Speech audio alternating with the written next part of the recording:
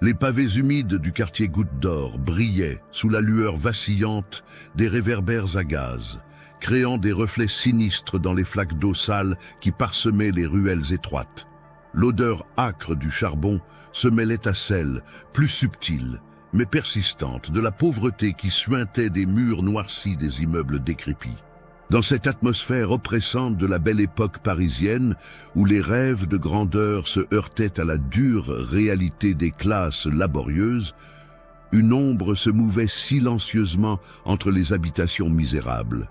Jeanne Weber, 30 ans, avançait d'un pas assuré dans la rue Marcadet, son châle noir serré autour de ses épaules étroites.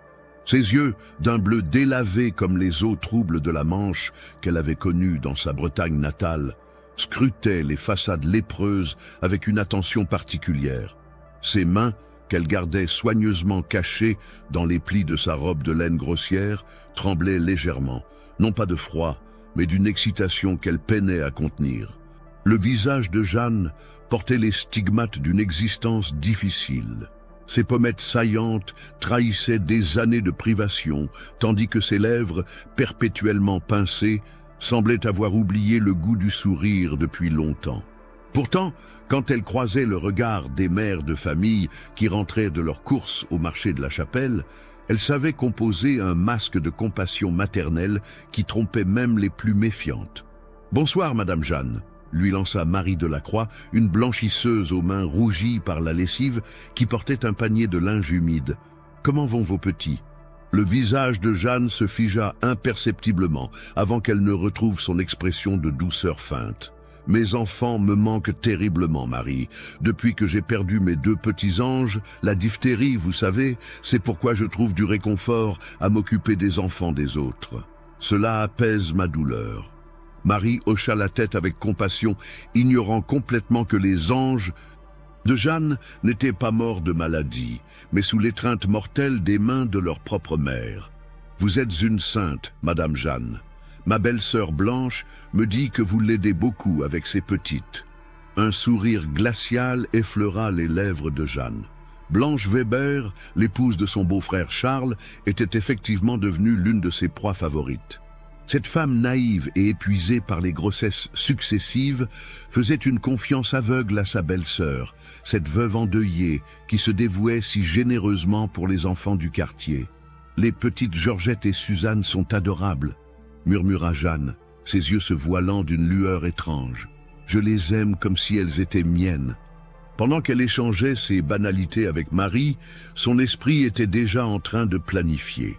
Dans l'appartement exigu de Blanche, rue du Faubourg Poissonnière, dormaient 2 petites filles, Georgette, 18 mois, aux boucles blondes comme les blés, et Suzanne, 2 ans, dont les yeux noisettes pétillaient d'innocence. Demain, Blanche devrait se rendre au marché aux Halles pour son travail de marchande de légumes. Elle laisserait ses filles aux soins attentifs de tante Jeanne, comme elle l'avait fait tant de fois auparavant. Mais cette fois serait différente.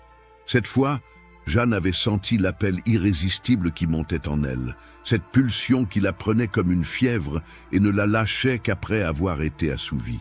C'était un besoin physique, presque charnel, de sentir la vie s'échapper sous ses doigts, de voir s'éteindre lentement la flamme dans des yeux d'enfant. L'origine de cette compulsion remontait à son enfance à Quérity-Paimpol, dans les Côtes d'Armor. Jeanne avait grandi dans une masure de pierre brute, battue par les vents marins, où l'alcool de son père Pierre et les cris de sa mère Françoise résonnaient quotidiennement contre les murs humides. À 8 ans, elle était déjà responsable de ses frères et sœurs plus jeunes, les calmant quand ils pleuraient, les berçant quand ils avaient peur des orages qui venaient du large. C'est là qu'elle avait découvert ce pouvoir étrange qu'elle avait sur eux. Un jour, son petit frère Louis, alors âgé de 3 ans, n'arrêtait pas de pleurer à cause d'une poussée dentaire. Jeanne l'avait pris dans ses bras et, presque instinctivement, avait placé ses mains autour de son cou fragile. Pas pour lui faire du mal au début, juste pour le rassurer. Mais elle avait senti sous ses doigts les battements rapides du pouls, avait vu les yeux de Louis s'écarquiller, puis se voiler progressivement. Elle avait relâché sa prise juste à temps. Louis était tombé dans un sommeil profond, si paisible que leur mère avait cru à un miracle. Jeanne a le don pour calmer les enfants, avait-elle dit à ses voisines. Cette phrase avait marqué le début d'une réputation qui suivrait Jeanne toute sa vie. À présent, dans les rues sombres de Goutte d'Or, cette même Jeanne avait perfectionné sa technique. Elle savait exactement où et comment exercer la pression pour provoquer une perte de conscience rapide, puis la mort, tout en laissant des traces si ténues que même les médecins les plus expérimentés ne pouvaient déterminer la cause exacte du décès. Ces méthodes étaient d'une simplicité diabolique. Elle commençait toujours par gagner la confiance absolue de sa victime, la berçant, lui chantant des comptines bretonnes de son enfance. Puis, quand l'enfant était détendu et somnolent, elle plaçait délicatement ses pouces sur les artères carotides, juste sous les oreilles, et exerçait une pression progressive. Les petites mains tentaient bien de repousser les siennes, mais Jeanne était plus forte, et elle murmurait des mots doux pour apaiser la panique grandissante. « Chut, mon petit ange, dors maintenant, tante Jeanne est là. » L'évanouissement survenait généralement au bout de 15 à 20 secondes, mais Jeanne ne s'arrêtait pas là. Elle maintenait la pression encore 30 secondes, parfois plus, jusqu'à ce que le corps de l'enfant devienne complètement mou. Alors seulement, elle relâchait son étreinte et attendait, observant avec une fascination morbide les derniers tressaillements de la vie qui s'échappaient. Le plus troublant était l'expression qui envahissait alors le visage de Jeanne. Toute trace de la femme soumise et endeuillée disparaissait, remplacée par quelque chose de primitif et de terrifiant. Ses yeux, habituellement ternes, s'illuminaient d'une lueur sauvage, et ses lèvres s'entr'ouvraient légèrement, comme si elle savourait chaque instant de cette agonie silencieuse. Après le décès, elle recomposait minutieusement la scène. Elle plaçait le corps de manière naturelle, comme si l'enfant s'était simplement endormi. Parfois, elle provoquait de légers désordres pour simuler des convulsions. Elle savait que la médecine de l'époque était encore balbutiante en matière de diagnostic post-mortem, surtout quand il s'agissait de très jeunes enfants dont la mortalité infantile restait dramatiquement élevée. En regagnant sa chambre meublée de la rue Mira, Jeanne croisa son reflet dans la vitrine d'un magasin fermé. L'image qui lui renvoyait la faisait sourire intérieurement, celle d'une veuve respectable, pieuse et dévouée, qui avait trouvé sa vocation dans le soin aux enfants des autres. Personne ne pouvait soupçonner que sous cette façade se cachait une prédatrice qui avait déjà fait plusieurs victimes et qui en préparait d'autres. Car Jeanne avait déjà tué ses propres enfants, bien sûr, Marcel et Pierre, morts officiellement de convulsions et de fièvre scarlatine, mais aussi d'autres, dans d'autres villes, sous d'autres identités. À Courbevoie, elle avait été Madame Moulinet, gouvernante dévouée. À Villedieu, elle s'était fait appeler Madame Charpentier, nourrice expérimentée. Chaque fois, le même scénario. Des enfants qui mouraient mystérieusement sous ses soins, des familles éplorées qui la remerciaient de ses efforts pour sauver leurs petits. Arrivée devant son immeuble, elle gravit lentement l'escalier de bois grinçant qui menait à sa chambre au 3e étage. L'odeur de choux bouillis et de linge humide imprégnait les murs décrépits, mélange typique des habitations ouvrières parisiennes du début du siècle. Sa chambre était spartiate, un lit de fer, une commode bancale, une cuvette ébréchée et une petite table sur laquelle trônait une bouteille d'alcool de menthe et un chapelet. Jeanne s'assit sur le bord de son lit et contempla ses mains à la lueur de la chandelle. Ses mains qui avaient tant donné la mort, qui connaissaient si bien l'anatomie fragile des enfants, qui savaient exactement où et comment frapper pour tuer sans laisser de traces évidentes. Elle les retourna, observant les lignes de sa paume comme une cartomancienne aurait pu le faire, cherchant peut-être dans ses tracés l'explication de sa nature monstrueuse. Demain, elle retournerait chez Blanche. Elle aiderait cette pauvre femme épuisée à préparer le petit déjeuner des enfants, à les habiller, à les coiffer. Elle jouerait avec elles, leur raconterait des histoires, les ferait rire. Et puis, quand le moment serait propice, quand Blanche serait partie et que les petites seraient fatiguées de leur jeu, Jeanne souffla la chandelle et s'allongea tout habillée sur son lit. Dans l'obscurité de sa chambre, elle pouvait entendre les bruits de la ville qui ne dormait jamais vraiment. les sabots des chevaux de fiacre sur les pavés, les cris lointains des noctambules, le sifflement du vent dans les cheminées. Mais par-dessus tout, elle entendait déjà les battements de cœur affolés de ses prochaines victimes. Le quartier de Goutte d'Or continuait à vivre sa vie nocturne, ignorant qu'en son sein rôdait un prédateur d'une espèce particulière. Car Jeanne Weber n'était pas une simple criminelle poussée par la cupidité ou la vengeance. Elle était quelque chose de plus rare et de plus terrifiant. Une tueuse en série qui trouvait dans la mort des enfants une satisfaction que rien d'autre ne pouvait lui apporter. Et demain, cette satisfaction allait à nouveau être comblée. Le 2 avril 1905, rue du Faubourg-Poissonnière. L'aube se levait péniblement sur Paris, chassant les dernières ombres de la nuit d'entre les immeubles serrés du quartier. Dans l'appartement de Blanche Weber, au 2e étage d'un immeuble délabré, l'agitation matinale avait commencé dès 5 heures. Blanche, une femme de 28 ans aux traits tirés par les maternités répétées et le travail épuisant, tentait de préparer ses 2 filles pour la journée qui l'attendait. « Georgette, ma chérie, laisse ta sœur tranquille », murmura-t-elle en soulevant la fillette de 18 mois qui tentait de tirer les cheveux de Suzanne. La petite Georgette avait hérité des yeux bleus de son père et de cette curiosité dévorante propre aux tout-petits. Suzanne, de son côté, à 2 ans, commençait à affirmer son caractère avec cette détermination obstinée qui amusait et exaspérait tour à tour sa mère. L'appartement était exigu, une pièce principale qui servait à la fois de cuisine, de salle à manger et de salon, une chambre pour les parents et un réduit où dormaient les enfants. Les murs, jadis blanchis à la chaux, avaient pris une teinte grisâtre avec les années, et l'humidité laissait ses traces sombres dans les angles. Malgré la pauvreté évidente des lieux, Blanche s'efforçait de maintenir une certaine propreté, et quelques fleurs séchées dans un pot en terre cuite tentaient d'égayer l'atmosphère. Charles Weber, le mari de Blanche et frère de Jeanne, était parti avant l'aube pour son travail à l'usine métallurgique de Saint-Denis. Cet homme de 35 ans, aux mains calleuses et au dos déjà voûté par des années de labeur, n'était pas bavard, mais il aimait profondément sa famille. Il ignorait tout des véritables intentions de sa sœur envers ses enfants, voyant en elle une femme brisée par le chagrin qui trouvait du réconfort dans l'amour qu'elle portait aux petits. Un coup léger fut frappé à la porte. Blanche, qui finissait de lasser les bottines de Suzanne, leva les yeux vers l'horloge accrochée au mur.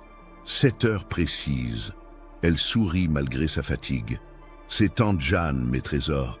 Elle vient vous tenir compagnie pendant que maman va au marché. » Elle ouvrit la porte et découvrit Jeanne, impeccablement vêtue d'une robe noire simple mais propre, ses cheveux châtains tirés en un chignon strict, un petit panier d'osier au bras. Son visage affichait cette expression de douceur mélancolique qui lui avait valu la confiance de tant de mères dans le quartier. « Bonjour, ma chère Blanche, » dit Jeanne en embrassant sa belle-sœur sur les joues. « Comment vont mes petites chéries ce matin ?» Georgette, qui avait appris à reconnaître cette voix, tendit immédiatement ses bras potelés vers sa tante. Jeanne la souleva avec des gestes d'une tendresse apparente, mais ses doigts se crispèrent imperceptiblement autour du petit corps tiède. « Elle vous adore littéralement », observa Blanche en enfilant son manteau. « Parfois j'ai l'impression qu'elle vous préfère à moi. »« Allons donc », répondit Jeanne en berçant doucement l'enfant. « Une mère ne se remplace jamais. Mais peut-être que mon expérience avec mes propres enfants me donne un don particulier pour comprendre les petits. Cette mention de ces enfants décédés était calculée. Jeanne savait que cela renforçait l'image de femme tragique et dévouée qu'elle cultivait soigneusement. Dans l'esprit de Blanche, une mère qui avait perdu ses enfants ne pouvait que chérir ceux des autres avec encore plus de ferveur. « Vous êtes un ange, Jeanne. Sans vous, je ne pourrais jamais assurer notre subsistance. Charles fait ce qu'il peut, mais avec les prix qui augmentent sans cesse. » Blanche s'approcha de ses filles pour leur faire ses adieux. Elle embrassa tendrement Suzanne, qui s'accrochait à sa jupe, puis déposa un baiser sur le front de Georgette, toujours dans les bras de Jeanne. « Soyez sage avec tante Jeanne. Maman sera de retour pour le déjeuner. » Après le départ de Blanche, l'appartement sembla soudain plus silencieux. Seuls résonnaient les bruits de la rue qui filtraient par la fenêtre mal isolée, les cris des marchands ambulants, le claquement des sabots sur les pavés, les conversations des ménagères qui partaient faire leurs courses. Jeanne posa Georgette sur le sol et observa les deux petites filles avec cette attention particulière qu'un prédateur porte à ses proies.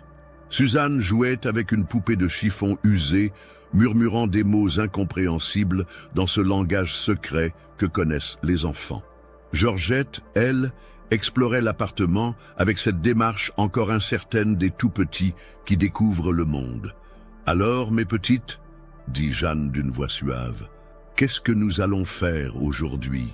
Elle sortit de son panier quelques jouets simples, une balle de tissu coloré, un hochet en bois, quelques images découpées dans des journaux. Les fillettes se précipitèrent avec des cris de joie, et pendant 1 heure, Jeanne joua effectivement avec elles, leur racontant des histoires, les faisant rire avec des grimaces amusantes.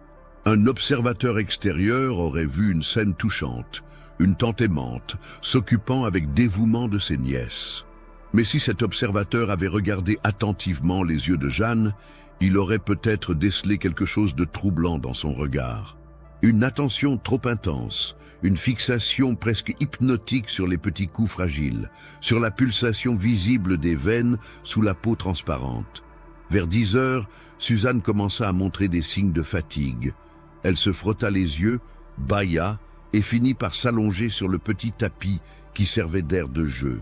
Jeanne s'approcha d'elle et commença à lui caresser doucement les cheveux. « Tu es fatigué, mon petit cœur.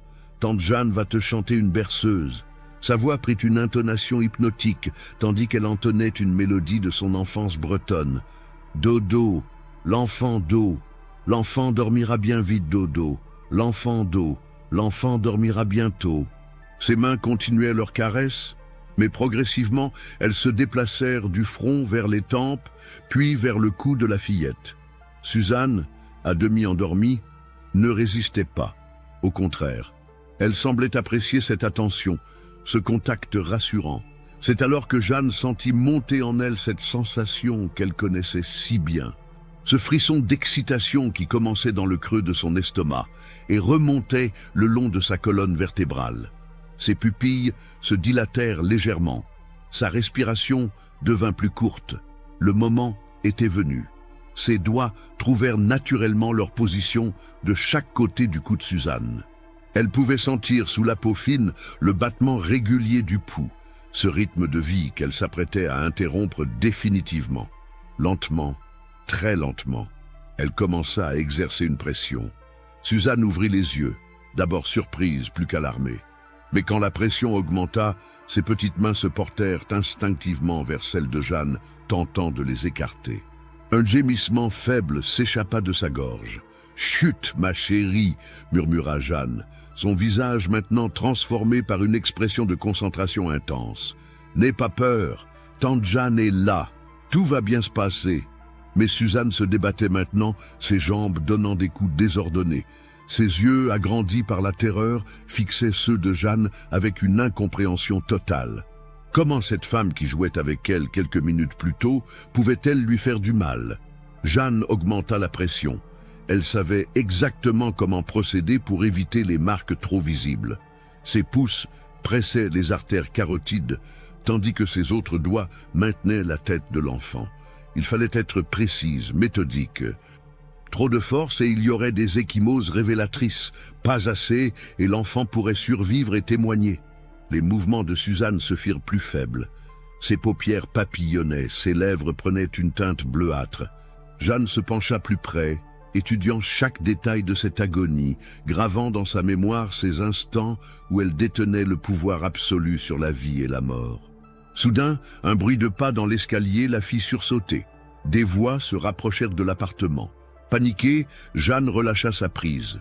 Suzanne reprit sa respiration dans un râle douloureux, toussant et pleurant faiblement. Les pas s'arrêtèrent à l'étage inférieur. Fausse alerte, mais le charme était rompu. Jeanne regarda Suzanne qui tentait de reprendre ses esprits, encore sonnée par ce qui venait de se passer.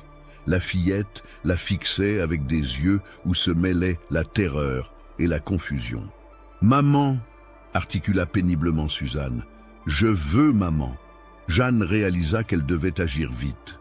Si Suzanne racontait ce qui s'était passé à sa mère, même avec le vocabulaire limité d'un enfant de 2 ans, cela pourrait éveiller des soupçons.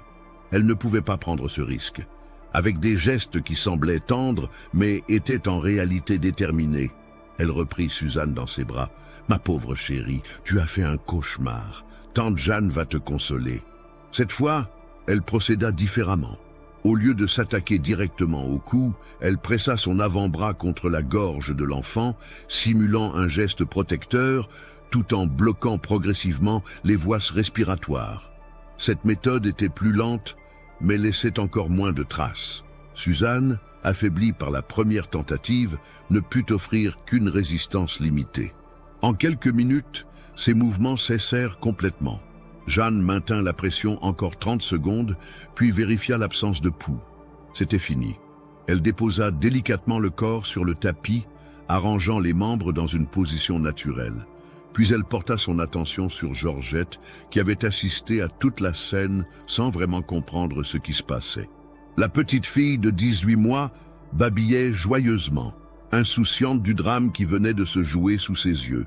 Mais Jeanne était maintenant dans un état de frénésie. L'adrénaline coulait dans ses veines et le meurtre de Suzanne, au lieu de l'apaiser, avait attisé sa soif de violence. Georgette représentait un témoin potentiel, mais plus que cela, elle représentait une opportunité d'assouvir pleinement sa compulsion. Elle s'approcha du bébé avec un sourire qui aurait glacé le sang de quiconque aurait pu en saisir la véritable nature. Georgette lui tendit les bras, réclamant ses câlins habituels. Jeanne la souleva et la serra contre sa poitrine, sentant le petit cœur battre contre le sien. « Tu es si mignonne, ma petite Georgette », murmura-t-elle. « Tante Jeanne t'aime tant qu'elle ne peut pas te laisser grandir dans ce monde cruel. » Cette justification tordue était typique de la psychologie pervertie de Jeanne.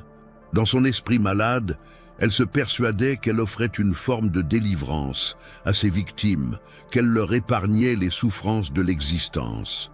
Pour Georgette, elle utilisa encore une autre méthode. Elle plaça sa main sur le nez et la bouche du bébé, coupant totalement l'arrivée d'air. Cette technique, qu'on appellera plus tard étouffement, était particulièrement efficace avec les très jeunes enfants dont la cage thoracique était encore fragile. Georgette se débattit avec l'énergie du désespoir, ses petites mains griffant le visage de Jeanne, ses jambes battant l'air. Mais elle était trop petite, trop faible. Progressivement, ses mouvements ralentirent, puis cessèrent complètement. Jeanne observa le petit visage qui devenait livide, les yeux qui se révulsaient. Elle attendit encore quelques minutes, s'assurant que la mort était bien survenue, puis déposa le corps près de celui de sa sœur. L'appartement était maintenant silencieux. 2 petites vies venaient de s'éteindre, et leur meurtrière contemplait son œuvre avec une satisfaction morbide. Mais elle n'avait pas le temps de savourer sa victoire. Il fallait préparer la mise en scène. Jeanne déplaça légèrement les corps, créant l'impression que les fillettes s'étaient endormies en jouant. Elle dispersa quelques jouets autour d'elle, froissa leurs vêtements pour simuler de l'agitation. Puis, elle observa attentivement les visages, cherchant d'éventuelles marques suspectes. Heureusement, ces méthodes avaient été efficaces. Aucune trace visible de violence. Elle s'assit ensuite dans un fauteuil et attendit. Dans moins d'1 heure, Blanche reviendrait du marché. Il fallait qu'elle trouve Jeanne dans un état de détresse crédible, pleurant sur les corps de ses enfants mortes, soudainement. Jeanne ferma les yeux et se concentra pour faire monter les larmes. C'était un talent qu'elle avait développé au fil des années, cette capacité à pleurer sur commande, à exprimer un chagrin qu'elle ne ressentait pas. Elle pensait à ses propres enfants morts, non pas avec regret, mais avec cette nostalgie particulière que ressent un prédateur pour ses proies favorites. Quand elle entendit les pas de Blanche dans l'escalier, elle était prête. Les larmes coulaient sur ses joues, ses épaules étaient secouées de sanglots convaincants. Elle se précipita vers la porte et l'ouvrit avant même que sa belle-sœur ait pu frapper. « Blanche !» s'écria-t-elle, sa voix brisée par l'émotion feinte. « Oh mon Dieu, Blanche !» Le panier de légumes que portait Blanche tomba au sol, répandant pommes de terre et carottes sur le palier. Elle regarda le visage décomposé de Jeanne et comprit immédiatement qu'un drame était survenu. « Mes filles » articula-t-elle, la voix blanche. « Je ne sais pas ce qui s'est passé. » hoqueta Jeanne. Elles jouaient, tout semblait normal, et puis... elles ont eu des convulsions terribles. J'ai essayé de faire quelque chose, mais... Blanche se précipita dans l'appartement et découvrit ses 2 filles, étendues sur le tapis. Elle s'agenouilla près d'elle, les prit dans ses bras, tentant désespérément de déceler un signe de vie. « Georgette, Suzanne, mes bébés !» Ces cris déchirants résonnaient dans l'appartement exigu, montant vers les étages supérieurs où d'autres familles entendaient sa douleur sans en comprendre la cause. Jeanne s'approcha et posa une main compatissante sur l'épaule de sa belle-sœur. « J'ai fait appeler le docteur sérieux. Il ne devrait pas tarder. Peut-être qu'il pourra encore. » Mais toutes 2 savaient que c'était trop tard. Les petits corps étaient déjà froids. Leurs visages avaient pris cette pâleur cireuse de la mort. Blanche berçait ses filles contre sa poitrine, refusant d'accepter la réalité, murmurant des mots d'amour et de supplication. Le docteur Jean Sérieux arriva une demi-heure plus tard. C'était un homme d'une 60aine d'années, médecin du quartier depuis plus de 20 ans, qui avait vu naître et mourir plusieurs générations d'habitants de Goutte d'Or. Son diagnostic fut rapide, mais prudent. Convulsions foudroyantes, possiblement causées par une méningite ou une diphtérie galopante. La mortalité infantile est malheureusement encore très élevée dans notre quartier, expliqua-t-il à Blanche en refermant sa sacoche de cuir usé. Les conditions d'hygiène, la promiscuité, les épidémies qui circulent, ces petites étaient si fragiles. Jeanne acquiesçait gravement, pressant un mouchoir contre ses yeux pour essuyer des larmes qui coulaient à volonté. « Docteur, j'ai l'impression d'avoir échoué. Elles étaient sous ma garde. J'aurais dû voir les signes. »« Ne vous reprochez rien, madame, » répondit le médecin avec bonté. « Vous avez fait tout ce qui était en votre pouvoir.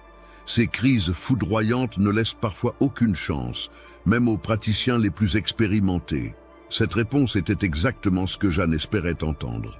Elle observa discrètement Blanche, qui serrait toujours le corps de Georgette contre elle, refusant de la lâcher. La pauvre femme était dans un état de choc si profond qu'elle ne remettait même pas en question les circonstances de la mort de ses enfants. Quand Charles rentra du travail en début d'après-midi, il trouva sa femme prostrée dans un fauteuil, fixant le vide, tandis que Jeanne s'affairait autour d'elle avec une sollicitude touchante. Les corps des petites avaient été disposés sur le lit conjugal, leur visage paisible dans la mort. « Mon Dieu !» murmura Charles, ses jambes se dérobant sous lui. « Mes petites filles !» Il se précipita vers le lit, prit les mains glacées de ses enfants, chercha vainement un pouls, un souffle, n'importe quel signe de vie. Puis il se tourna vers Jeanne, ses yeux rougis par les larmes et la fatigue du travail. « Que s'est-il passé, Jeanne? Comment ?» Jeanne répéta son histoire, avec les mêmes détails, la même émotion dans la voix. Elle était devenue experte dans l'art de la mise en scène, sachant moduler son récit selon son auditoire. Avec Charles, elle insista sur la rapidité des événements, sur son impuissance face à la maladie. Elles ont commencé à avoir des convulsions vers 10 heures, expliqua-t-elle, ses mains tremblant de manière convaincante. J'ai essayé de les calmer, de les rafraîchir avec de l'eau, mais elles étaient brûlantes de fièvre. En quelques minutes, c'était fini. Charles hocha la tête, trop accablé pour poser d'autres questions. Dans son monde d'ouvrier, la mort frappait souvent sans prévenir, emportant les plus faibles.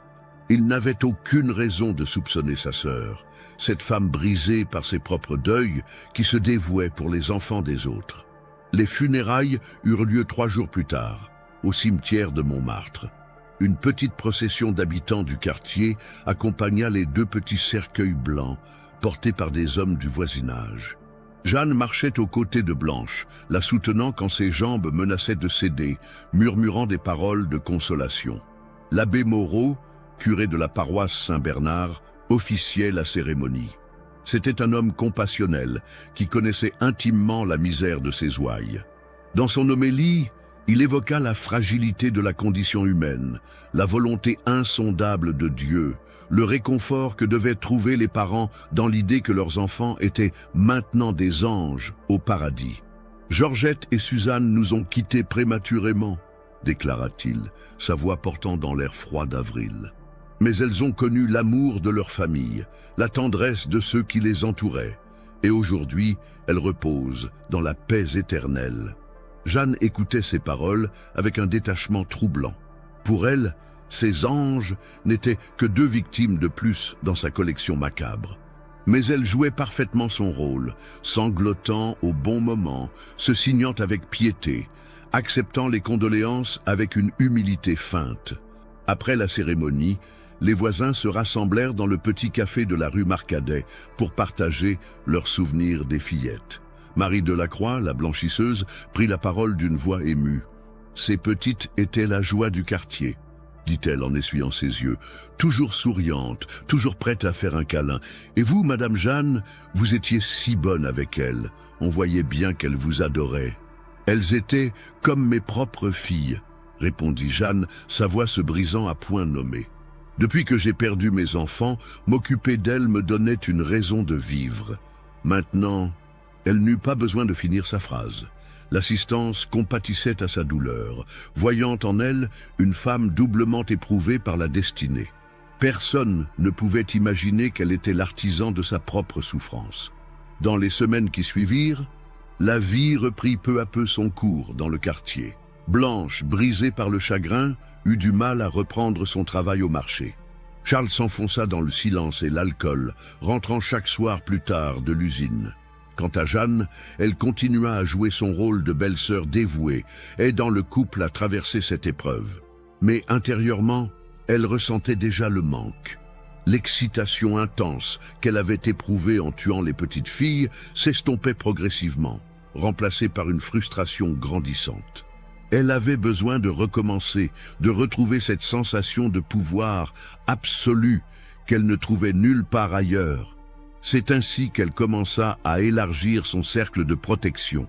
Elle se proposa pour garder les enfants d'autres familles du quartier, offrant ses services avec cette générosité apparente qui lui avait si bien réussi. Les mères, touchées par sa bonté et rassurées par les recommandations de Blanche, lui confièrent leurs petits sans méfiance. Madame Roussel, une couturière veuve qui élevait seule son fils Maurice, fut l'une des premières à accepter son aide. Maurice, âgé de 10 ans, était un garçon vif et intelligent, mais sa mère devait parfois s'absenter pour livrer ses ouvrages chez les bourgeoises des beaux quartiers. « Maurice est assez grand pour se garder seul », avait expliqué Madame Roussel à Jeanne. « Mais j'avoue que cela me rassurerait de savoir qu'une personne de confiance veille sur lui. » Jeanne avait accepté avec empressement. Un enfant de 10 ans présentait de nouveaux défis techniques, mais aussi de nouvelles possibilités. Elle commença à étudier Maurice, à observer ses habitudes, ses faiblesses, les moments où il serait le plus vulnérable. Le jeune garçon était méfiant par nature, ce qui était compréhensible pour un enfant qui avait grandi sans père dans un quartier difficile. Il acceptait la présence de Jeanne, mais gardait ses distances, préférant lire dans sa chambre, plutôt que de jouer avec elle. « Tu n'aimes pas tante Jeanne ?» lui demanda-t-elle un jour, avec cette fausse tristesse qu'elle maniait si bien. « Si, madame, » répondit Maurice poliment, « mais je préfère les livres aux jeux. » Cette intelligence précoce intriguait Jeanne. Elle y voyait un défi supplémentaire, une proie plus coriace que ses victimes habituelles. Maurice savait s'exprimer, il pourrait témoigner s'il survivait à une tentative de meurtre. Il fallait donc être particulièrement prudente avec lui.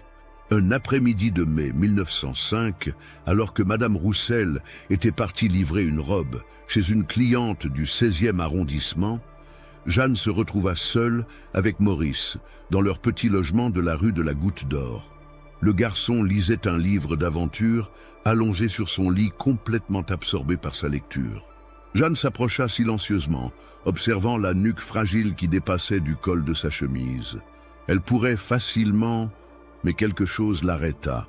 Maurice leva soudain les yeux et la fixa avec une intensité troublante. « Pourquoi vous me regardez comme ça ?» demanda-t-il. La question prit Jeanne au dépourvu. Aucun de ses autres victimes ne lui avait jamais posé une telle question. Elle balbutia une excuse, prétendant qu'elle vérifiait s'il n'avait besoin de rien. « J'ai tout ce qu'il me faut », répondit Maurice, retournant à sa lecture, mais gardant un œil sur elle. Cette méfiance instinctive sauva probablement la vie de Maurice ce jour-là.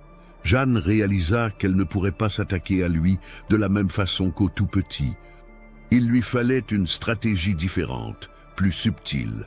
Elle commença alors à gagner progressivement sa confiance, lui apportant des friandises, s'intéressant à ses lectures, lui racontant des histoires de son enfance bretonne. Petit à petit, Maurice se détendit en sa présence, commençant même à apprécier ses visites. Mais Jeanne jouait un jeu dangereux. Plus elle passait de temps avec l'enfant, plus elle risquait d'éveiller des soupçons si quelque chose lui arrivait. De plus, sa compulsion devenait de plus en plus difficile à contrôler. Certaines nuits, elle se réveillait en sueur, rêvant qu'elle étranglait Maurice, sentant presque sous ses doigts la texture de sa peau enfantine. C'est dans cet état de tension croissante qu'elle reçut une visite inattendue. Un matin de juin, on frappa à la porte de sa chambre meublée. Elle ouvrit et découvrit un homme d'âge moyen, vêtu d'un costume sombre et portant un carnet. « Madame Weber ?» demanda-t-il poliment. « Je suis l'inspecteur d'hôtel de la sûreté parisienne. J'aimerais vous poser quelques questions concernant le décès de vos nièces. » Le sang de Jeanne ne fit qu'un tour, mais elle parvint à conserver un visage impassible. « Bien sûr, monsieur l'inspecteur. Entrez, je vous prie. » L'homme pénétra dans la chambre modeste, observant attentivement les lieux. Son regard s'attarda sur le crucifix accroché au mur, sur les quelques effets personnels soigneusement rangés, sur l'ensemble qui témoignait d'une vie simple et pieuse. « Madame, je dois vous dire que nous avons reçu des informations anonymes concernant les circonstances de la mort de Georgette et Suzanne Weber, » commença l'inspecteur en s'asseyant sur la chaise que lui tendait Jeanne. « Des informations, » répéta-t-elle, feignant la surprise. « Mais de quoi s'agit-il ? Le docteur sérieux a été très clair sur les causes du décès. C'est justement ce qui nous interroge, » poursuivit d'Hôtel. « Voyez-vous, nous avons découvert que vous aviez été présente lors de plusieurs décès d'enfants dans différentes villes de France. Cela nous semble troublant. » Jeanne sentit la panique l'envahir, mais des années d'expérience dans l'art de la dissimulation lui permirent de garder son calme apparent. Elle porta la main à sa gorge dans un geste qui semblait exprimer la surprise et l'indignation. « Monsieur l'inspecteur, je ne comprends pas ce que vous insinuez. Si j'ai été présente lors de décès d'enfants, c'est parce que je me dévoue à leur garde depuis que j'ai perdu mes propres petits. C'est ma façon de donner un sens à ma douleur. » « Je comprends, » répondit l'inspecteur, son ton restant neutre. « Pourtant, des témoins nous ont rapporté que votre comportement le jour de la mort de vos nièces leur avait paru étrange. » « Étrange ?» Jeanne feignit l'incompréhension. « Monsieur, j'étais sous le choc. Voir mourir ces enfants que j'aimais comme les miens, c'était revivre la perte de mes propres petits. Si j'ai pu paraître troublé, c'est que je l'étais effectivement. » L'inspecteur d'hôtel la dévisagea longuement. C'était un homme expérimenté qui avait interrogé de nombreux suspects au cours de sa carrière. Il savait reconnaître les signes de la culpabilité, mais il devait aussi admettre que Jeanne Weber jouait son rôle à la perfection. « Madame, accepteriez-vous de nous accompagner au poste pour un interrogatoire plus approfondi ?»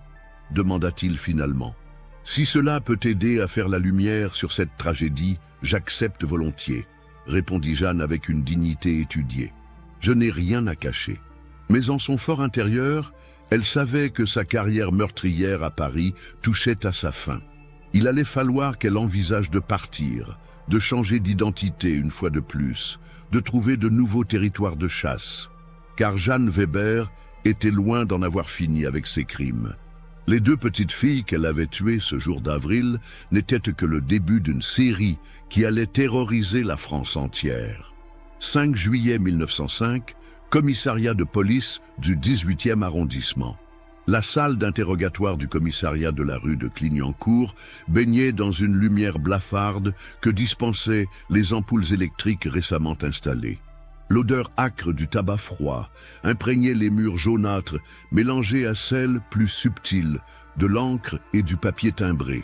Jeanne Weber était assise face à l'inspecteur d'hôtel depuis maintenant 3 heures, ses mains croisées sur ses genoux.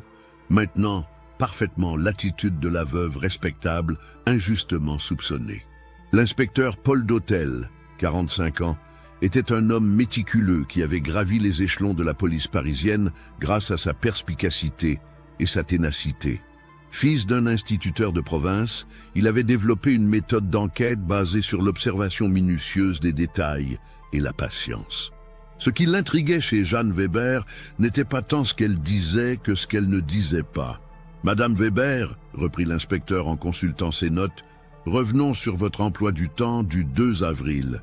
Vous nous avez dit être arrivée chez votre belle-sœur vers 7 heures du matin. »« C'est exact, » répondit Jeanne d'une voix posée. « Blanche devait se rendre aux Halles de bonne heure. Elle comptait sur moi pour garder Georgette et Suzanne. Et entre votre arrivée et le retour de Madame Blanche Weber, que s'est-il passé exactement ?» Jeanne répéta son récit avec une constance remarquable. Chaque détail correspondait à sa version précédente. Les jeux avec les enfants, leur fatigue progressive, puis les convulsions soudaines qui les avaient emportés. Sa voix se brisait au bon moment, ses yeux s'embuaient de larmes sincères en apparence. Mais l'inspecteur Dautel avait remarqué quelque chose d'étrange. Dans son bureau, il conservait un dossier de plus en plus épais sur Jeanne Weber.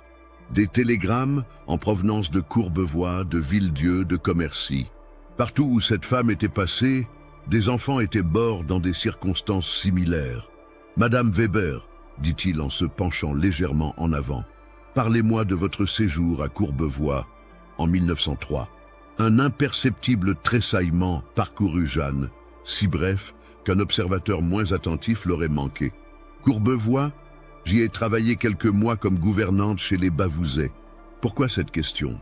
Parce que pendant votre emploi chez cette famille, leur fils de 4 ans, Antoine Bavouzet, est décédé subitement. Convulsion, selon le certificat médical. La diphtérie était très répandue cette année-là, répondit Jeanne sans se départir de son calme. Le pauvre petit Antoine était si fragile, j'ai fait tout ce que j'ai pu pour le sauver. L'inspecteur sortit une chemise de son dossier et l'ouvrit devant lui. Et à Villedieu, Lucie Marchand, 3 ans, à Commercy, les jumeaux Bertrand, 2 ans et demi chacun, toujours des convulsions, toujours pendant que vous étiez seul avec les enfants. Cette fois, Jeanne ne put réprimer un mouvement de recul. Comment cet homme avait-il pu établir de tels liens? Elle avait pourtant pris soin d'utiliser différentes identités, de laisser s'écouler suffisamment de temps entre chaque crime. « Monsieur l'inspecteur, » dit-elle, sa voix prenant une inflexion légèrement tremblante, « je ne comprends pas ce que vous voulez dire. Si le malheur me poursuit, si les enfants dont je m'occupe sont frappés par la maladie, c'est peut-être que le destin s'acharne sur moi. Depuis la mort de mes propres enfants, j'ai l'impression d'être maudite. » Cette stratégie de la malédiction personnelle était habile. Elle transformait la série de coïncidences troublantes en tragédie personnelle, faisant de Jeanne une victime plutôt qu'une coupable. Mais Dautel avait une carte maîtresse qu'il n'avait pas encore jouée. 3 jours plus tôt, il avait reçu un télégramme de son collègue Auguste Boutin, inspecteur à Commercy. Boutin lui relatait un incident troublant survenu chez les Bertrand après la mort des jumeaux. « Madame Weber, » reprit l'inspecteur d'une voix plus ferme, « le 15 mai 1904, vous étiez encore chez les Bertrand quand leur 3e fils, Émile, alors âgé de 6 ans, a eu un malaise. Racontez-moi ce qui s'est passé. » Jeanne sentit sa gorge se serrer. Cet épisode était l'une de ses rares erreurs, un moment où ses pulsions avaient failli la trahir. Le petit Émile, il avait fait un cauchemar. Je le consolais quand il a eu une sorte de crise. D'après le témoignage de sa mère, qui est rentrée à l'improviste, vous aviez les mains autour de son cou et il était inconscient. « Il s'étouffait avec ses sanglots !» s'écria Jeanne, abandonnant pour la première fois son calme apparent. J'essayais de le réanimer. Madame Bertrand a mal interprété la situation. Pourtant, quand elle vous a vu, elle a crié et vous avez lâché l'enfant. Émile a immédiatement repris connaissance et respiration. N'est-ce pas étrange? Jeanne réalisa qu'elle se trouvait dans une position de plus en plus délicate. Chaque explication qu'elle donnait semblait créer de nouveaux doutes dans l'esprit de l'inspecteur. Elle décida de changer de stratégie. Monsieur d'Hôtel, dit-elle en se levant brusquement, je vois bien où vous voulez en venir. Vous pensez que je suis responsable de ces morts. C'est monstrueux.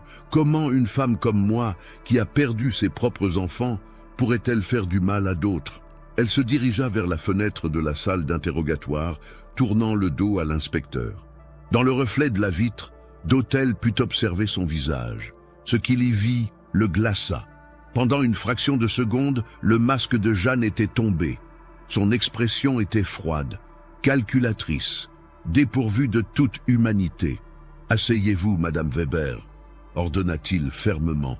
Quand Jeanne se retourna, elle avait retrouvé son apparence de femme éplorée, mais il était trop tard. D'Hôtel avait entrevu la véritable nature de celle qui l'interrogeait. « Madame, reprit-il, je vais vous dire ce que je pense. Vous êtes une meurtrière. Vous tuez des enfants avec une méthode si subtile que la médecine de l'époque ne peut pas toujours la détecter. Vous vous présentez comme une femme charitable pour gagner la confiance des familles. Puis, vous agissez quand vous êtes seule avec vos victimes. » Jeanne éclata d'un rire qui sonnait faux. « Vous délirez, monsieur l'inspecteur. Ces accusations sont tellement absurdes qu'elles ne méritent même pas de réponse.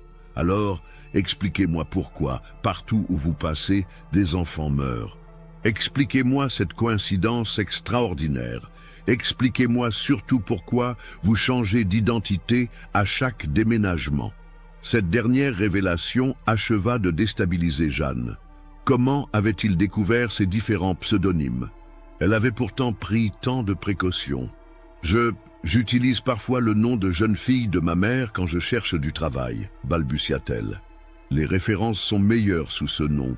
Madame Moulinet, Madame Charpentier, Madame Rousseau, tous ces noms correspondent à des périodes où vous gardiez des enfants qui sont morts subitement. Vous ne trouvez pas cela troublant? L'inspecteur d'hôtel se leva à son tour et commença à faire les 100 pas dans la petite pièce. Il savait qu'il tenait quelque chose, mais il lui fallait des preuves plus solides.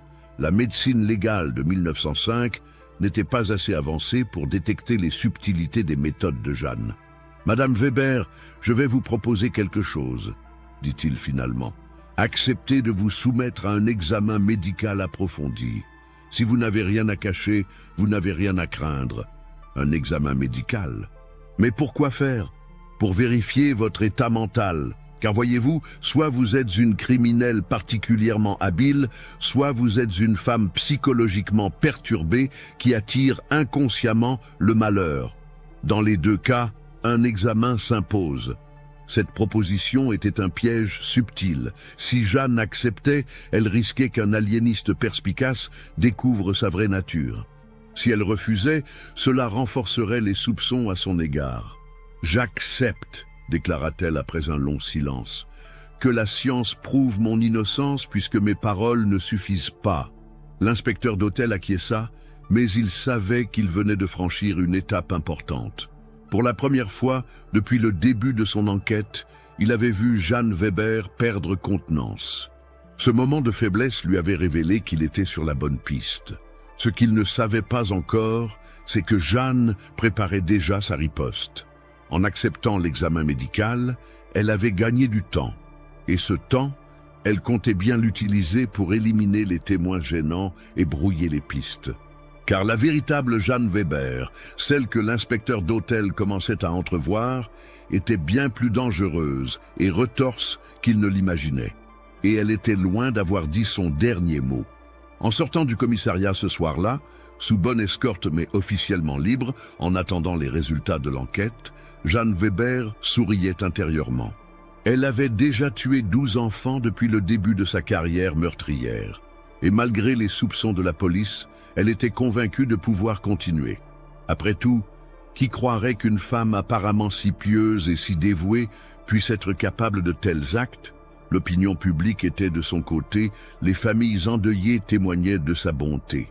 Il faudrait des preuves irréfutables pour la confondre, et ces preuves, elle était déterminée à faire en sorte qu'elles n'existent jamais. La guerre était déclarée entre l'inspecteur d'hôtel et l'ogresse de Goutte d'Or.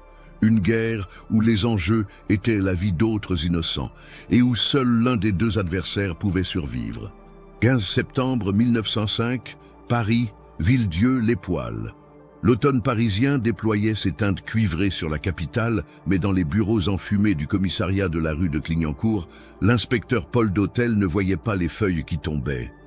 Depuis 3 mois, il vivait littéralement l'affaire Weber, dormant à peine 4 heures par nuit, multipliant les télégrammes avec ses collègues de province, constituant un dossier qui devenait de plus en plus accablant pour cette femme qu'il soupçonnait d'être l'une des plus redoutables criminelles de son époque.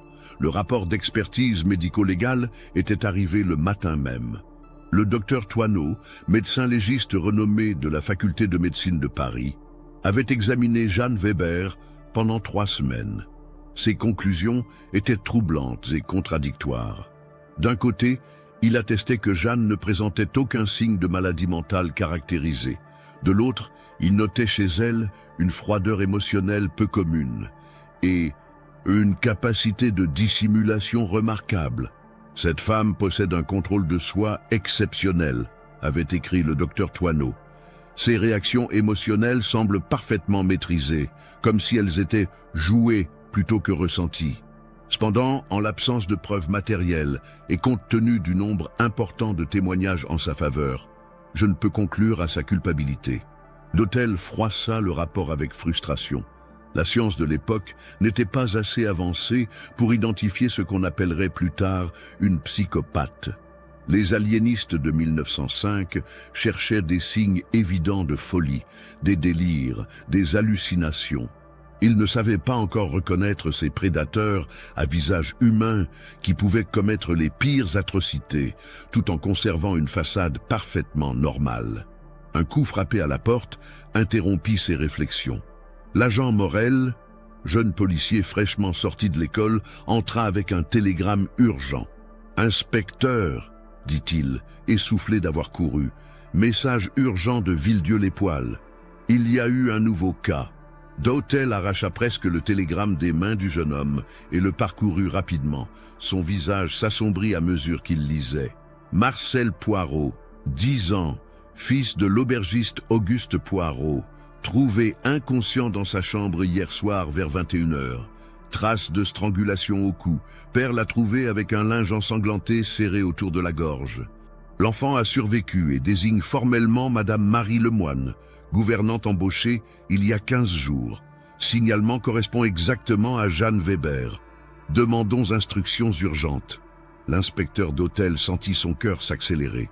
Enfin, après des mois de soupçons et d'indices circonstanciels, voilà qu'il tenait enfin une preuve tangible. Un témoin vivant, des traces physiques, un flagrant délit. Jeanne Weber avait commis une erreur fatale. « Morel !» aboya-t-il. « Faites préparer immédiatement le train pour Villedieu et envoyez un télégramme au commissaire Leblanc là-bas, qu'il surveille cette Marie Lemoine jour et nuit. Je veux qu'elle ne puisse pas disparaître. »« Bien, inspecteur.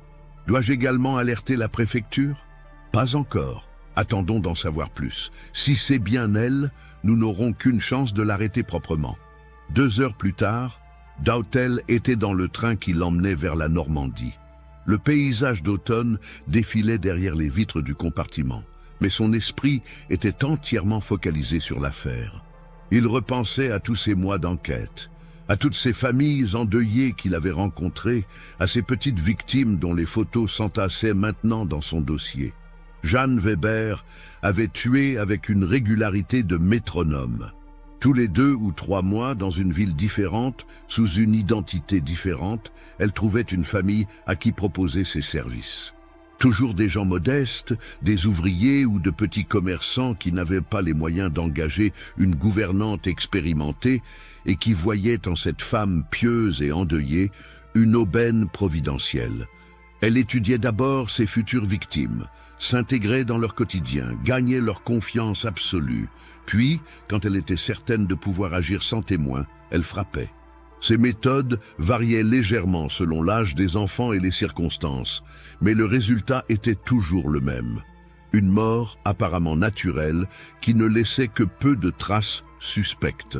Le train arriva en gare de Villedieu-les-Poêles alors que le soleil déclinait. Cette petite ville de Normandie, connue pour ses artisans chaudronniers, semblait paisible sous la lumière dorée du couchant. L'inspecteur Dautel fut accueilli par le commissaire Leblanc.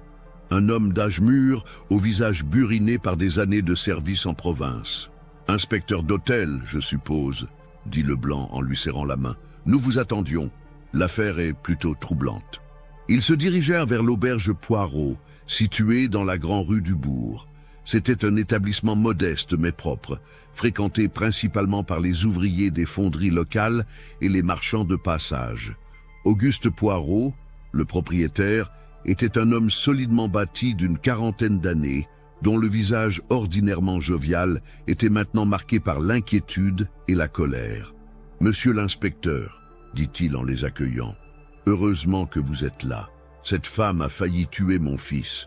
Si je n'étais pas arrivé à temps... » Il conduisit d'hôtel à l'étage, dans une petite chambre où reposait Marcel Poirot. L'enfant, âgé de 10 ans, était un garçon robuste aux cheveux châtains et aux yeux verts pétillants d'intelligence.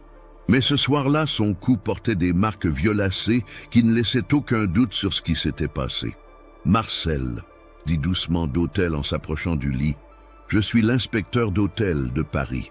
Peux-tu me raconter ce qui s'est passé hier soir ?» L'enfant tourna vers lui un regard encore marqué par l'effroi. Quand il parla, sa voix était rauque, abîmée par la strangulation. « Madame Marie était venue me border, comme tous les soirs, » raconta-t-il lentement. « Elle m'a raconté une histoire, puis elle a dit qu'elle allait me faire un massage pour que je dorme mieux. Elle a pris un linge et... » Marcel porta instinctivement la main à sa gorge, revivant manifestement la terreur de ces instants. « Prends ton temps, mon garçon, » l'encouragea d'hôtel. « Qu'est-ce qui s'est passé ensuite ?» Elle a serré le linge autour de mon cou. Au début, j'ai cru qu'elle jouait, mais ça serrait de plus en plus fort. J'arrivais plus à respirer. J'ai essayé de crier, mais aucun son sortait. Elle me regardait avec des yeux bizarres, comme si elle n'était pas vraiment là. Cette description glaça d'hôtel. Il reconnaissait le mode opératoire de Jeanne Weber, cette façade de normalité qui basculait soudain dans la violence froide et calculée. « Comment ton père t'a-t-il trouvé ?» Il est monté parce qu'il avait entendu du bruit. Quand il a ouvert la porte, Madame Marie m'a lâché tout de suite. Elle a dit que j'avais fait un cauchemar et qu'elle essayait de me calmer. Mais papa a vu le linge autour de mon cou et il y avait du sang parce que ça avait serré trop fort. Auguste Poirot prit le relais du récit de son fils. « Quand j'ai vu Marcel inconscient avec ce linge ensanglanté, j'ai tout de suite compris. Cette femme était en train de tuer mon petit. J'ai arraché le tissu et j'ai giflé Marcel pour le ranimer. Puis j'ai empoigné cette Marie Lemoine et je lui ai dit ces 4 vérités. Qu'a-t-elle répondu? Elle prétendait qu'elle essayait de soigner une congestion, qu'elle appliquait un remède de bonne femme qu'elle tenait de sa grand-mère. Mais ses mains tremblaient et elle n'arrivait pas à me regarder dans les yeux. J'ai immédiatement envoyé chercher le médecin et la gendarmerie. L'hôtel examina attentivement les marques sur le cou de Marcel. Elles correspondaient exactement à ce qu'il attendait. Des traces de compression qui témoignaient d'une strangulation progressive, méthodique. Ce n'était pas l'œuvre d'un accès de folie subite, mais celle d'une meurtrière expérimentée qui savait exactement ce qu'elle faisait. « Où est cette Marie Lemoine, maintenant ?» demanda-t-il. « Enfermée dans la cave de la mairie, sous bonne garde », répondit le commissaire Leblanc. « Elle continue à clamer son innocence, mais les preuves parlent d'elle-même. J'aimerais l'interroger dès ce soir. Mais d'abord, pouvez-vous me dire comment elle est arrivée ici ?» Auguste Poirot sortit de sa poche une lettre froissée. « Elle m'a écrit il y a 3 semaines. Elle disait qu'elle cherchait un emploi de gouvernante, qu'elle avait de bonnes références. Comme ma femme était morte l'an dernier et que j'avais du mal à m'occuper de Marcel, en plus de l'auberge, j'ai accepté de la recevoir. » Dautel parcourut la lettre. L'écriture était soignée, le ton respectueux et humble. Jeanne Weber maîtrisait parfaitement l'art de la séduction épistolaire, sachant exactement quels mots employer pour inspirer confiance. Ses références étaient-elles authentiques? Elle avait une lettre de recommandation d'un curé de Commercy, l'abbé Moreau. Il parlait d'elle en termes très élogieux, la présentant comme une femme pieuse et dévouée aux enfants. Dautel connaissait cette technique. Jeanne falsifiait ses références ou obtenait des recommandations en trompant sur ses véritables intentions. Les hommes d'église étaient particulièrement vulnérables à son numéro de veuve éplorée, trouvant dans la charité un moyen d'apaiser sa douleur. Pendant ces 15 jours, comment s'est-elle comportée avec Marcel? Parfaitement, admit Auguste à contre-cœur. Elle était douce, patiente, lui faisait réciter ses leçons, l'emmenait se promener. Si quelqu'un m'avait dit qu'elle essaierait de le tuer, je ne l'aurais jamais cru. Cette double personnalité était le trait le plus troublant de Jeanne Weber. Capable de jouer pendant des semaines le rôle de la gouvernante idéale, elle pouvait basculer en quelques secondes dans une violence meurtrière. Cette capacité de dissimulation expliquait pourquoi elle avait pu agir si longtemps sans être démasquée. La nuit était maintenant tombée sur Villedieu-les-Poêles. Dautel se fit conduire à la mairie où l'attendait celle qu'il traquait depuis des mois. Quand les gendarmes ouvrirent la porte de la cave aménagée en cellule de fortune, il découvrit une femme qu'il reconnut immédiatement, malgré les changements physiques qu'elle avait opérés. Jeanne Weber, ou Marie Lemoine, était assise sur un banc de bois, les mains croisées sur ses genoux. Elle avait teint ses cheveux en brun foncé et avait changé sa coiffure, mais ses yeux bleus délavés étaient reconnaissables entre mille. Quand elle aperçut Dautel, un sourire glacial effleura ses lèvres. « Inspecteur Dautel, » dit-elle d'une voix parfaitement contrôlée, « je me demandais quand vous finiriez par arriver. Madame Weber, ou devrais-je dire Madame Lemoine, vos identités multiples finissent par se confondre. Je ne vois pas de quoi vous parlez, répliqua-t-elle sans se départir de son calme. Je m'appelle Marie Lemoine et je suis née à 40 ans. Si vous avez des doutes sur mon identité, vérifiez donc aux registres paroissiaux. Dautel savait qu'elle avait préparé cette fausse identité avec soin. Jeanne Weber était une criminelle d'un genre nouveau, qui anticipait les enquêtes et préparait ses alibis avec un professionnalisme troublant. Madame, un enfant de 10 ans vous accuse formellement de tentative de meurtre. Il porte les traces physiques de vos agissements. Comment expliquez-vous cela? Le petit Marcel a fait un cauchemar terrible, répondit-elle sans hésiter. Il s'agitait tant que j'ai craint qu'il ne se blesse. J'ai voulu le calmer en lui appliquant un linge frais sur le cou, un remède que ma grand-mère utilisait pour les congestions. Son père est arrivé à ce moment-là et a mal interprété la situation. Un linge frais, avec du sang dessus? L'enfant s'était débattu, il s'est écorché avec ses ongles. Je ne comprends pas pourquoi tout le monde s'acharne contre moi. Dautel admira malgré lui le sang-froid de cette femme. Même prise en flagrant délit, même confrontée à des preuves accablantes, elle maintenait sa version des faits avec une constance remarquable. « Madame Weber, dit-il en appuyant sur son vrai nom, nous savons qui vous êtes. Nous avons établi les liens entre tous vos crimes. Il est temps d'avouer. » Pour la première fois, une lueur d'inquiétude passa dans les yeux de Jeanne. Mais elle se ressaisit rapidement. « Inspecteur, vous faites erreur sur la personne. Je ne suis pas cette femme dont vous parlez. J'exige qu'on vérifie mon identité et qu'on me relâche. Cette accusation est monstrueuse. » L'interrogatoire se prolongea jusqu'à l'aube, mais Jeanne ne céda pas d'un pouce. Elle avait visiblement prévu ce scénario et s'y était préparée avec méthode. Chaque question trouvait sa réponse. Chaque accusation était réfutée avec la même détermination froide. Ce ne fut qu'au petit matin quand Dautel menaça de faire venir Blanche Weber pour l'identifier formellement que le masque de Jeanne vacilla légèrement. L'idée d'être confrontée à sa belle-sœur, témoin de ses premiers crimes parisiens, semblait l'ébranler plus que toutes les preuves réunies contre elle. « Très bien, dit-elle finalement, sa voix perdant pour la première fois de son assurance. « Je suis Jeanne Weber, mais je ne suis coupable d'aucun des crimes dont vous m'accusez. » Cette admission d'identité était déjà une victoire pour Dautel. Maintenant qu'il avait établi qui elle était vraiment, il pouvait commencer à démêler les chevaux de ses mensonges et reconstituer la véritable étendue de ses crimes. « Madame Weber, reprit-il, vous allez être transférée à Paris pour y être jugée.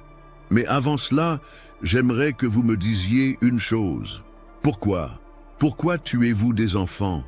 Jeanne le dévisagea longuement. Dans ses yeux, Dautel crut entrevoir quelque chose d'abyssal, une noirceur qui le fit frissonner malgré lui. « Vous ne pourriez pas comprendre, » murmura-t-elle. « Personne ne peut comprendre. » Puis elle se mura dans un silence qu'elle ne briserait plus pendant tout le trajet de retour vers Paris. L'inspecteur d'Hôtel avait enfin capturé l'ogresse de Goutte d'Or, mais il avait aussi découvert que le mal qu'elle incarnait était bien plus profond et mystérieux qu'il ne l'avait imaginé. Jeanne Weber n'était pas seulement une criminelle. Elle était le visage de quelque chose d'indicible, une forme de mal qui remettait en question tout ce qu'il croyait savoir sur la nature humaine. Le voyage de retour vers Paris s'annonçait long et troublant. Et d'Hôtel se demandait si, en capturant le monstre, il n'avait pas libéré en lui-même des questions auxquelles il préférait ne pas répondre. 12 janvier 1906, cour d'assises de la Seine. La salle d'audience de la cour d'assises de la Seine n'avait jamais connu une telle affluence. Depuis l'ouverture des portes au public, une foule compacte se pressait pour assister au procès de celle que la presse parisienne avait surnommée l'ogresse de Goutte d'Or. Les journalistes du Matin, du Figaro et de l'Humanité se disputaient les meilleures places, leur carnet déjà noirci de notes prises pendant l'instruction. Jeanne Weber, âgée de 31 ans, se tenait dans le box des accusés avec une dignité qui impressionnait même ses détracteurs. Vêtue d'une robe noire simple mais impeccable, ses cheveux tirés en chignon strict, elle incarnait parfaitement l'image de la veuve respectable injustement persécutée. Seuls ses yeux, d'un bleu délavé comme les eaux troubles de sa Bretagne natale, trahissaient par moments une profondeur troublante qui mettait mal à l'aise quiconque s'y attardait.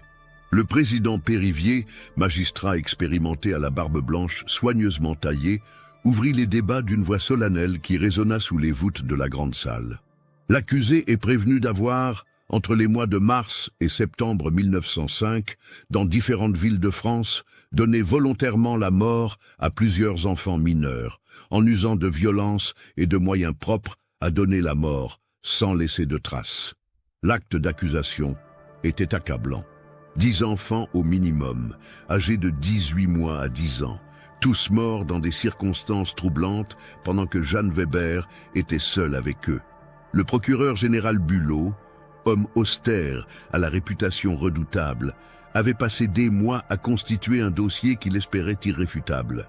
Maître Henriot, avocat de la défense, était un homme plus jeune à l'éloquence reconnue.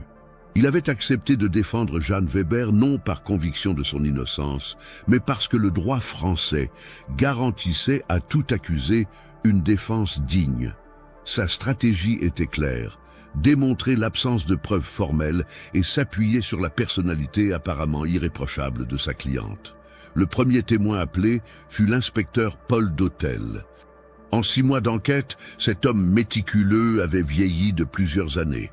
Les nuits blanches, la tension constante, la confrontation avec une forme de mal qu'il n'avait jamais soupçonnée, avaient creusé des rides profondes sur son visage encore jeune. « Monsieur l'inspecteur », commença le président Périvier, « résumez-nous les éléments qui ont éveillé vos soupçons concernant l'accusé. » D'Hôtel se leva, consulta ses notes, puis regarda directement Jeanne Weber. Celle-ci soutenait son regard avec un calme troublant, comme si elle assistait au procès d'une autre. « Monsieur le Président, tout a commencé par une coïncidence statistique troublante. Partout où passait Jeanne Weber, des enfants mouraient. Toujours dans des circonstances similaires, convulsions soudaines, décès rapides, absence de traces évidentes de violence. Il développa méthodiquement son enquête, évoquant chaque ville, chaque famille, chaque petit cercueil. Sa voix restait professionnelle, mais on sentait poindre l'émotion quand il évoquait les visages des victimes. « Ce qui m'a le plus frappé, poursuivit-il, c'est la capacité de l'accusé à gagner instantanément la confiance des familles. Elle semblait connaître instinctivement les mots justes, les gestes appropriés pour se faire accepter comme gouvernante ou aide ménagère. » Maître Henriot se leva pour interroger le témoin. « Monsieur l'inspecteur, vous parlez de coïncidence. Mais avez-vous une seule preuve directe de la culpabilité de ma cliente? Nous avons le témoignage du jeune Marcel Poirot, qui l'a formellement accusé de tentative de meurtre. Un enfant de 10 ans, traumatisé par un cauchemar, dans une chambre mal éclairée.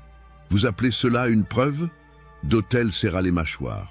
Il savait que juridiquement, sa conviction intime ne suffirait pas. La médecine légale de 1906 n'était pas assez avancée pour détecter les subtilités des méthodes de Jeanne Weber. Le défilé des témoins se poursuivit pendant 3 jours. Blanche Weber, la belle-sœur de l'accusé, témoigna avec une douleur encore vive de la mort de ses 2 filles. « Jeanne était comme une sœur pour moi », sanglota-t-elle à la barre. « Elle aimait mes petites, elle les gâtait, elle passait des heures à jouer avec elles. Je ne peux pas croire qu'elle leur ait fait du mal. » Ce témoignage était dévastateur pour l'accusation. Si la propre belle-sœur de Jeanne Weber, celle qui avait perdu ses enfants sous sa garde, témoignait encore de sa bonté, comment convaincre un jury de sa culpabilité? D'autres témoins se succédèrent. Auguste Poirot, qui maintint ses accusations malgré un contre-interrogatoire serré de maître Henriot. Plusieurs mères de famille qui vantèrent les qualités de gouvernante de l'accusé. Des voisins qui attestaient de sa piété et de son dévouement. Le docteur Sérieux, médecin du quartier de Goutte d'Or, fut particulièrement embarrassé. Interrogé sur les causes de la mort des petites Georgette et Suzanne Weber, il dut admettre qu'il n'avait décelé aucune trace de violence. « La médecine a ses limites », expliqua-t-il avec gêne.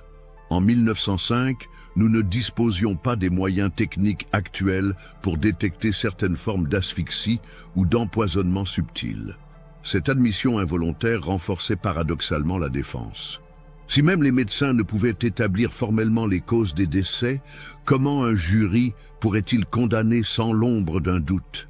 Le moment le plus attendu du procès fut l'audition de l'accusée elle-même. Quand Jeanne Weber se leva pour répondre aux questions du président, un silence religieux s'abattit sur la salle d'audience. Tous les regards convergeaient vers cette femme apparemment fragile, qui était soupçonnée des crimes les plus odieux. « Accusé Weber », commença le président Périvier, « vous avez entendu les témoignages et les accusations portées contre vous. Qu'avez-vous à répondre ?» Jeanne Weber prit une profonde inspiration. Quand elle parla, sa voix était claire, posée, empreinte d'une sincérité qui troubla même ses accusateurs. « Monsieur le Président, messieurs les jurés, je me trouve aujourd'hui devant vous, accusé des crimes les plus monstrueux qu'une femme puisse commettre. On dit que j'ai tué des enfants, ces petits êtres innocents que toute femme digne de ce nom devrait protéger. » Elle marqua une pause, porta son mouchoir à ses yeux, puis reprit d'une voix légèrement tremblante. « Je comprends que les coïncidences puissent paraître troublantes. Je comprends que la mort répétée d'enfants sous ma garde suscite des questions. Mais je jure devant Dieu et devant vous tous que je n'ai jamais fait de mal à un seul de ces petits anges. » Elle évoqua alors son propre calvaire de mère ayant perdu ses enfants, la douleur qui l'avait poussée à chercher du réconfort auprès d'autres familles. Sa voix se brisait au bon moment.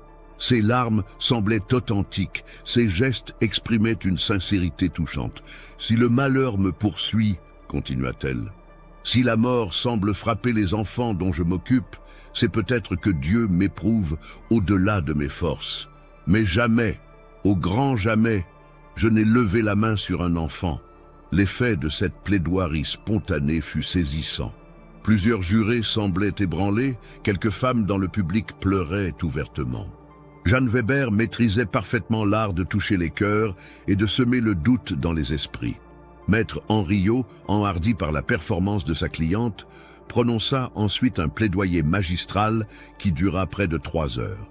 Il démonta méthodiquement les accusations, souligna l'absence de preuves formelles, évoqua les erreurs judiciaires possibles. « Messieurs les jurés, conclut-il, vous avez devant vous une femme brisée par le chagrin, poursuivie par une malédiction inexplicable, mais innocente des crimes qu'on lui impute. La justice de la République ne peut se contenter de soupçons et de coïncidences. Elle exige des preuves.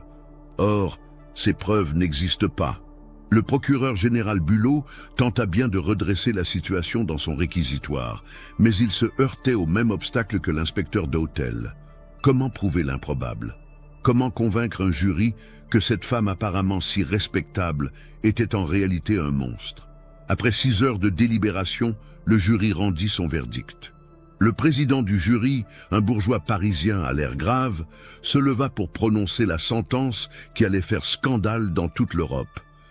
À la question « L'accusée Jeanne Weber est-elle coupable d'avoir volontairement donné la mort aux enfants Georgette Weber, Suzanne Weber et autres nommés à l'acte d'accusation ?» Nous répondons « Non » à l'unanimité. Un tonnerre d'applaudissements secoua la salle d'audience. Jeanne Weber s'effondra dans le box des accusés, apparemment terrassée par l'émotion. Ses sanglots résonnaient dans la salle, couverts par les cris de joie de ses partisans et les protestations indignées de quelques spectateurs qui criaient au scandale. L'inspecteur d'hôtel, assis au premier rang, encaissa le verdict comme un coup de massue. 6 mois d'enquête acharnée, des dizaines de témoignages recueillis, un dossier qu'il croyait accablant, et tout s'écroulait faute de preuves suffisamment formelles. Mais ce que d'Hôtel ne savait pas encore, c'est que cette victoire judiciaire allait paradoxalement précipiter la perte de Jeanne Weber. Car en l'acquittant, la justice française venait de libérer un monstre qui n'avait jamais été aussi dangereux. 3 ans plus tard, asile de Maréville, près de Nancy. 15 octobre 1908. Docteur Henri Collin, aliéniste en chef de l'établissement, referma le dossier médical de sa patiente la plus troublante. Jeanne Weber, internée depuis 8 mois après sa dernière tentative de meurtre sur un enfant, demeurait une énigme, même pour un spécialiste de son expérience. Depuis son acquittement retentissant de 1906, elle avait continué à tuer. À Lyon d'abord, où elle s'était fait engager comme nourrice sous le nom de Madame Meunier, puis à Commercy, où elle avait récidivé sous une nouvelle identité. Chaque fois, le même scénario. Des enfants qui mouraient mystérieusement sous sa garde, des familles éplorées qui témoignaient de sa bonté, une justice impuissante face à l'absence de preuves formelles. Mais son hubris avait fini par la perdre. En mai 1908, elle avait tenté d'étrangler le fils d'un aubergiste de Nancy en plein jour, dans une chambre où elle se croyait seule. Le père avait surgi au moment crucial, l'avait surprise en flagrant délit, et cette fois, il n'y avait plus de doute possible sur ses intentions meurtrières. Déclarée irresponsable pénalement pour cause d'aliénation mentale, elle avait été internée à vie à Maréville. Mais même enfermée, elle continuait à fasciner et à terrifier ceux qui l'approchaient. Jeanne, lui disait parfois le docteur Collin lors de leurs entretiens, « Pourquoi avez-vous fait cela? Qu'est-ce qui vous poussait à tuer ces enfants ?» Elle le regardait alors avec ses yeux bleus délavés et un sourire étrange flottait sur ses lèvres. « Docteur, murmurait-elle, vous avez des enfants? »« Oui, Jeanne, 2 petits garçons. »« Alors vous ne pourriez pas comprendre. Il faut avoir perdu le goût de la vie pour savoir combien elle est douce à prendre. » Ces paroles glaciales résumaient toute l'horreur du personnage de Jeanne Weber. Elle ne tuait pas par cupidité, par vengeance, ou même par folie au sens médical du terme. Elle tuait par une pulsion inexplicable qui lui faisait trouver dans la mort des enfants une jouissance que rien d'autre ne pouvait lui procurer. Le 2 juillet 1910, les gardiens trouvèrent Jeanne Weber pendue dans sa cellule avec des draps qu'elle avait tressés. Elle avait laissé un dernier message, griffonné sur un morceau de papier. « Je pars rejoindre mes petits anges. Ils m'attendent. » Mais ce que révéla l'autopsie fut encore plus troublant. Dans l'estomac de Jeanne Weber, on découvrit des fragments de tissu qu'elle avait avalés. L'analyse révéla qu'il s'agissait de morceaux de vêtements ayant appartenu à ces jeunes victimes. Des lambeaux de robes, de chemises, de bavoirs qu'elle avait conservés comme des trophées macabres et qu'elle avait fini par ingérer dans un ultime acte d'autodestruction. L'inspecteur d'Hôtel, vieilli prématurément par cette affaire qui l'avait hanté pendant des années, se rendit aux funérailles de Jeanne Weber. Il n'y avait que lui, le docteur Collin, et 2 gardiens de l'asile. Pas de famille, pas d'amis, pas de fleurs. Juste une tombe anonyme dans le carré réservé aux indigents du cimetière de Nancy. En regardant disparaître le cercueil de bois blanc dans la fosse, d'Hôtel repensa au petit visage qui peuplait encore ses cauchemars. Georgette et Suzanne Weber, les jumelles Bertrand, le petit Antoine Bavouzet et tous les autres. Au moins 18 enfants, selon les estimations les plus prudentes, peut-être plus si l'on comptait les crimes non élucidés. Elle a emporté ses secrets dans la tombe, murmura le docteur Collin en posant une main compatissante sur l'épaule du policier. Nous ne saurons jamais exactement combien d'innocents elle a tués, ni ce qui la poussait réellement à commettre de tels actes. D'Hôtel hocha la tête silencieusement. Il avait consacré les meilleures années de sa carrière à traquer cette femme, à comprendre sa psychologie tordue, à empêcher qu'elle ne fasse d'autres victimes. Mais il avait l'impression d'avoir échoué. Combien d'enfants auraient pu être sauvés s'il avait agi plus vite, s'il avait trouvé des preuves plus solides lors du procès de 1906 ? En quittant le cimetière ce jour-là, l'inspecteur d'hôtel ne savait pas qu'il venait d'assister aux funérailles de l'une des premières tueuses en série de l'histoire moderne. Jeanne Weber avait ouvert la voie à une catégorie de criminels que la psychiatrie et la criminologie mettraient des décennies à comprendre et à définir. Son cas allait révolutionner l'approche policière des crimes en série. Les méthodes d'enquête développées pour la traquer, recoupement systématique des données, analyse comportementale, recherche de patterns récurrents, deviendraient la base de la criminalistique moderne. Mais par-dessus tout, l'affaire Jeanne Weber posait des questions fondamentales sur la nature humaine. Comment une femme apparemment normale, issue d'un milieu modeste, pieuse et respectable en apparence, avait-elle pu commettre des atrocités aussi systématiques ? Qu'est-ce qui transforme un être humain en prédateur capable de s'attaquer aux plus vulnérables de nos semblables ? Dans les archives de la préfecture de police, le dossier Jeanne Weber occupe encore aujourd'hui une place particulière. Non seulement parce qu'il témoigne de l'un des premiers grands succès de la police scientifique française, mais aussi parce qu'il révèle l'existence d'une forme de mal que notre société peine encore à comprendre complètement. L'ogresse de Goutte d'Or était morte, mais les questions qu'elle avait soulevées sur la nature du mal, sur les limites de la justice, sur la fragilité de l'innocence, continueraient à hanter les esprits bien longtemps après sa disparition.